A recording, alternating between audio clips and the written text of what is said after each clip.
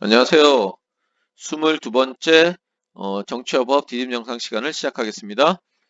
자, 이번 시간은 저번 시간에 이어서 우리나라 지방자치에 대해서 살펴보는 시간을 갖도록 하겠습니다. 자, 우리나라 지방자치 제도의 우리나라 지방자치 문제점에 대해서 살펴보도록 하겠습니다. 자, 이런 내용들이 우리나라 지방자치 문제점이라고 볼 수 있는데, 일단 지방정부의 과도한 지도 감독 및 통제로 지방자치단체의 자율적인 사무처리가 부족합니다. 자, 이렇게 독립성과 자율성이 부족한 가장 큰 이유는 바로 요것과 관련이 있을 것 같아요.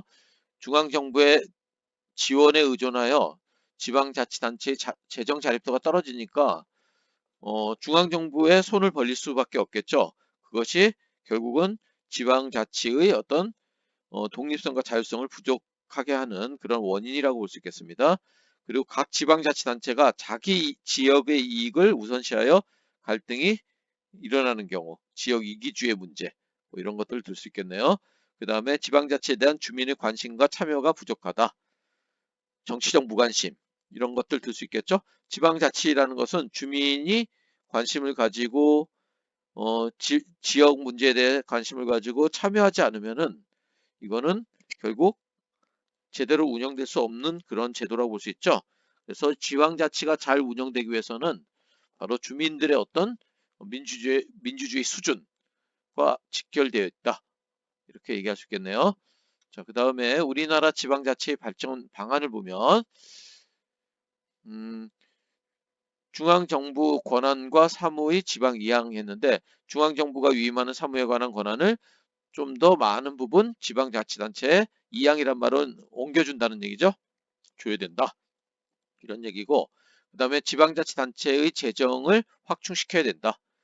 그래서 어떤 세금 제도가 너무 국가가 세금을 많이 걷어들이는 그러한 어떤 구조에서 지방정부가 세금을 좀 더 많이 걷어들일 수 있는, 지방세의 비중을 높일 수 있는 그런 측면으로 세금을 걷는 제도를 좀 바꿔야 한다. 이런 얘기를 하고 있네요.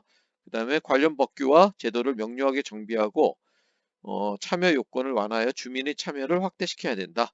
그래서 주민이 직접 많이 참여할 수 있는 그런 어떤 제도적인 장치들을 마련해야 된다. 그리고 이런 것들을 통해서 주민이 참여하면 뭔가 어, 그런 지방자치 제도가 발전하고 그런 것들이 주민 생활도 바꿀 수 있다라는 그런 믿음을, 신뢰를 주민들에게 주는 것도 굉장히 중요하겠죠. 자, 그런 노력도 필요하다라고 얘기할 수 있겠네요. 자, 그 다음에 좀 더 알아보기. 지역 이기주의에 유형해갖고 님비와 핀피를 이렇게 얘기하고 있는데 자기 지역에 불이익을 줄 수 있는 혐오 시설이 들여오는 것을 꺼리는 현상이다. 핀피는 반대로 자기 지역의 발전과 이익에 도움이 되는 시설을 적극 유치하려는 그런 현상.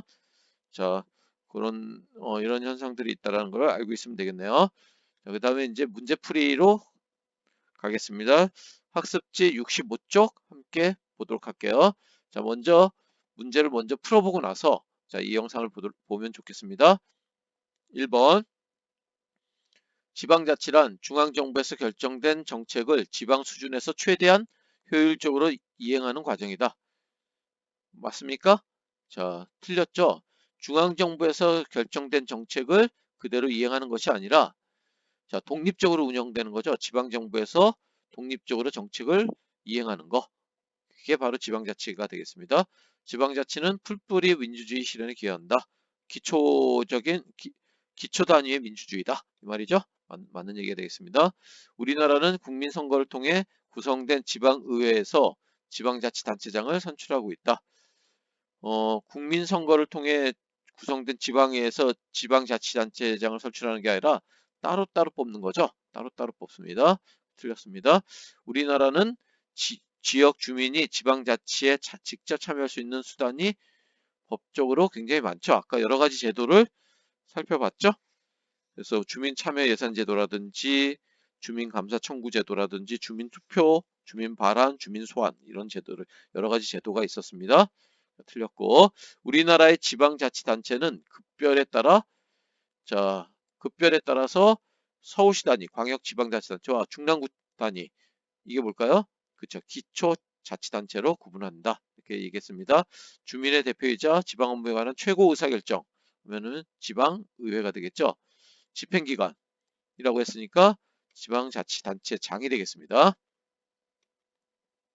지방의회의 역할에 해당하면 의, 그 다음에 지방자치단체의 역할에 해당하면 장이라고 쓰시오 했는데 8번 지방자치단체 예산을 심의 확정한다. 심의 확정하는 것은 바로 의결기관의 역할이죠. 그 다음에 지방행정사무에 대해 감사조사하는 것도 역시 의결기관. 조례를 제정하거나 개정한다. 조례를 제정하거나 개정하는 것도 역시 의결기관, 지방의회의 역할이라고 볼 수 있습니다. 그 다음에 법령 또는 조례가 위임한 범위 내에서 규칙은 지방자치단체장의 어떤 권한이라는 얘기 했습니다. 자, 그 다음에 기역, 니은 중 알맞은 것을 고르시오 했는데 지방자치단체 중 시군, 자치구는 뭐라고 했습니까? 그쵸, 바로 기초 단위가 된다고 그랬습니다. 지방자치는 수직적 또는 수평적 뭐라고 얘기했을까요? 그쵸, 수직적 권력 분립입니다. 수평적 권력 분립은 입법부, 행정부, 사법부 이렇게 나누는 것이 수평적 권력 분립이라고 얘기했습니다. 우리나라의 지방자치가 더욱 발전하기 위해서는 어떤 세금 구조로 세금이 더 확대돼야 된다고 얘기했습니까? 그쵸, 바로 지방세 비중을 높일 필요가 있다라는 얘기했습니다. 자, 그 다음에 확인 문제, 객관식 문제 함께 풀어보도록 하겠습니다. 다음 글을 읽고 지방자치 의의를 잘못 이해하고 있는 학생을 했는데 뭐가 될까요? 여기서 잘못 이해하고 있는 거니까 여기서 정답은 간접민주정치의 한계를 보완할 수 있죠. 지방자치는 사회적 다우즈, 여러 다양한 의견을 반영할 수 있다는 거. 그 다음에 주민의 정치의식과 책임의식이 높아진다는 거. 그 다음에 중앙정부의 권력 집중을 막을 수 있다는 거. 권력분리, 수직적 권력분리라는 얘기했죠. 5번이 정답이 되겠네요. 왜 5번일까요? 중요한 국가 정책을 신속하게 집행한다고 했는데 오히려 이런 신속하게 집행할 수 있는 방법은 중앙정부가 지방정부 를 장악하고 임명하고 지휘하면은 훨씬 더 신속하고 빠르게 집행될 수 있죠. 그렇지만은 이 지방자치 제도 자체가 어떤 신속한 어떤 정책 집행과는 좀 그런 차원이 아니라는 거, 그런 점을 알아두면 되겠습니다. 그 다음에 지방자치와 관련하여 다음 기사에서 얻을 수 있는 시사점으로 가장 적절한 거 했는데 여기서는 경상남도 고성군에서 이런 어떤 그 지역의 문제를 해결했다라는 얘기가 나왔죠. 그 다음에 전라남도에서도 이런 문제가 있었는데 이렇게 해결했다라는 얘기가 나왔죠. 그래서 여기서 정답은 4번으로 봐야 되겠네요. 4번. 그 다음에 밑줄친 기역, 니을에 대한 설명.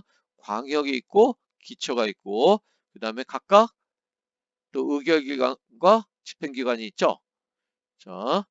그래서 세종특별자치시는 기역에 해당된다 했는데 특별자치시도 광역시, 특별시, 그 다음에 도 단위와 마찬가지라는 얘기 했습니다. 그러니까 맞는 얘기가 되겠죠?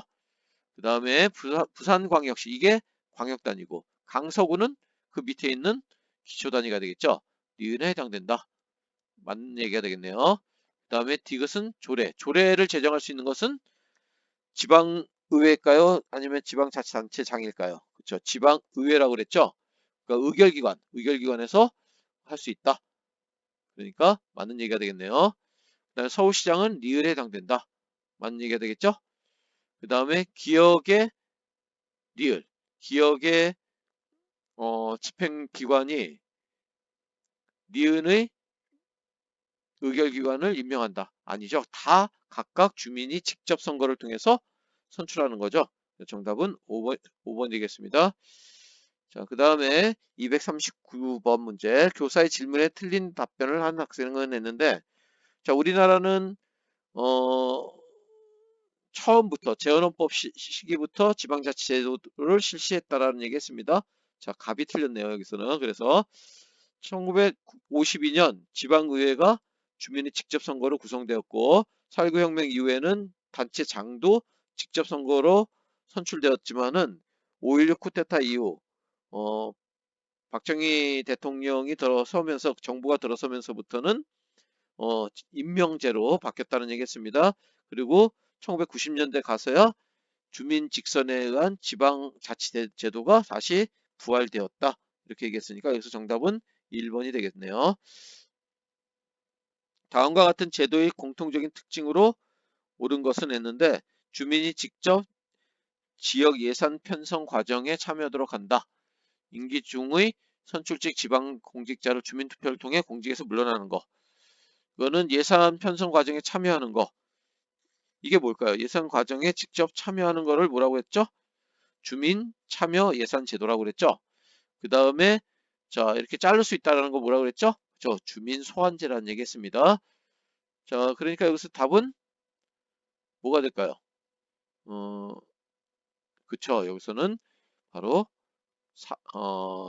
지방행정의 민주성과 책임성을 높인다 이렇게 돼 있죠. 자 그 다음에 이렇게 예산 편성 과정이라든지 뭐 이런 주민투표 같은 경우에는 집행기관뿐만 아니라 의결기관에 대해서도 어떤 견제 기능을 직접 주민들이 강화할 수 있는 그런 제도라고 볼 수 있는 점에서 2번이 정답이 되겠습니다. 그 다음에 다음은 우리나라 지방자치단체의 구성을 나타낸 것이다. 기초지방의회, 광역지방의회. 자, 서울시 중랑구에 사는 주민 같은 경우에는 바로 이게 뭐가 될까요? 중랑구 의회가 되겠죠. 이게 서울시 의회가 되고 이게 중랑구청장이 되고 서울시장이 되겠죠. 자 여기서 정답은 2번이 되겠습니다. 기업은 디귿의 예산을 심의 확정하는 권한을 가진다.